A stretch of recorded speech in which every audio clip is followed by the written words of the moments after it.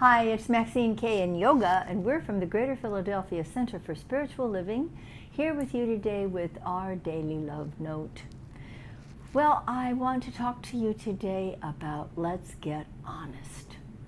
Now, I'm wearing a shirt. I don't know if you can see very much of it, but it says, vegan from my head down to my toes. It says tomatoes, but we're saying to my toes. From my head down to my toes, I'm vegan. Well, it's nice to say that. It's nice to feel that, but it's not completely honest. Yes, I'm basically eating a plant-based diet and enjoy it thoroughly. All right, folks, here it comes. Holy confession. This morning at breakfast, I ate an egg. Eggs do not grow on trees. You know where they come from. And I find that I enjoy having an egg from time to time. And my body says, this is good for you, Maxine. And so I am wearing a t-shirt that says vegan from my head down to my toes. And it's mostly true, but it's not completely so. It's important that you and I are authentic, especially with ourselves, so that we're not fibbing to ourselves or pretending about our feelings, about our thoughts, about our energies and where they're going. I want to be completely honest with me. I am, to the best degree that I know how. And that means that if I'm sad or if I'm anxious or have some kind of an upset, temporary as it may be, I don't want to pretend that I'm not experiencing that emotion.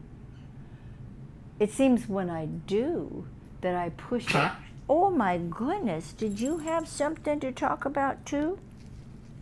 See, she really did just go cough. And I'm not going to pretend that she didn't. See, these things happen. Thank you, yoga. You were right on cue. That if I have an instance of upset or even anxiety or concern, I don't want to push those feelings down. I want to be honest with myself. Yes, I am feeling this way or I'm feeling that way. Now, I understand that those emotions come and go, that they're not permanent. It's a temporary experience, a temporary energetic shift from what I normally experience. And that's a good thing to realize.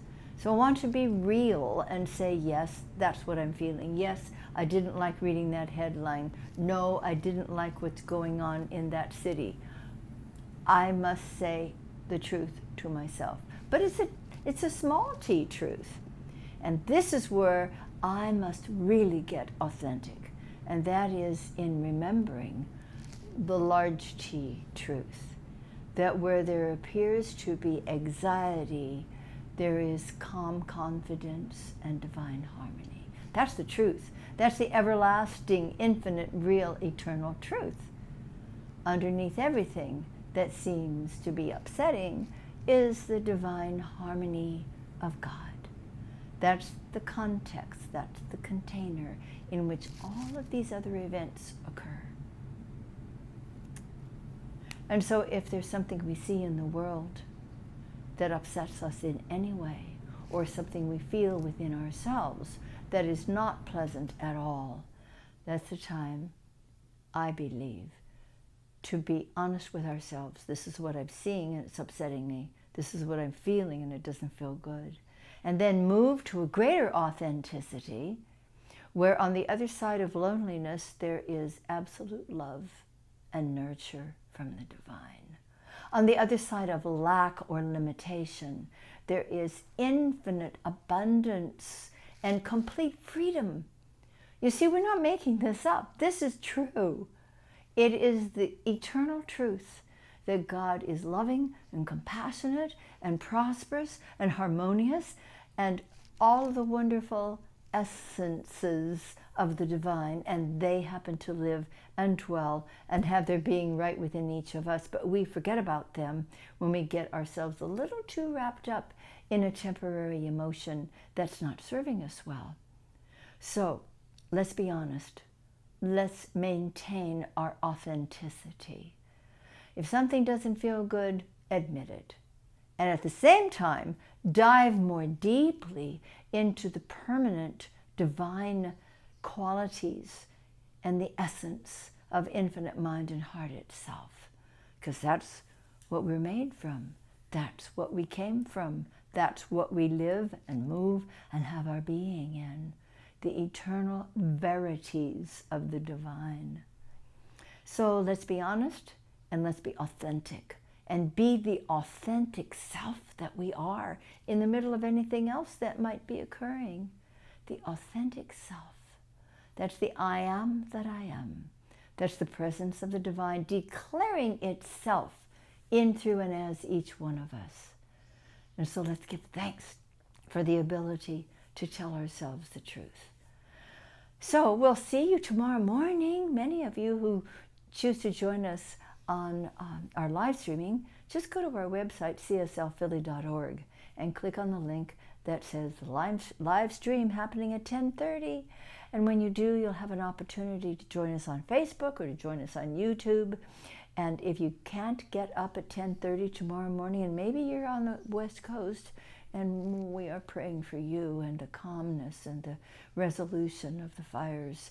If you are on the West Coast or somewhere hours away, and it's a little too early to join us at 10:30 East Coast time, then you can pick it up a little bit later. All of those are archived, along with Reverend Mike's and my love notes that we do every other day here from our own living room most of the time.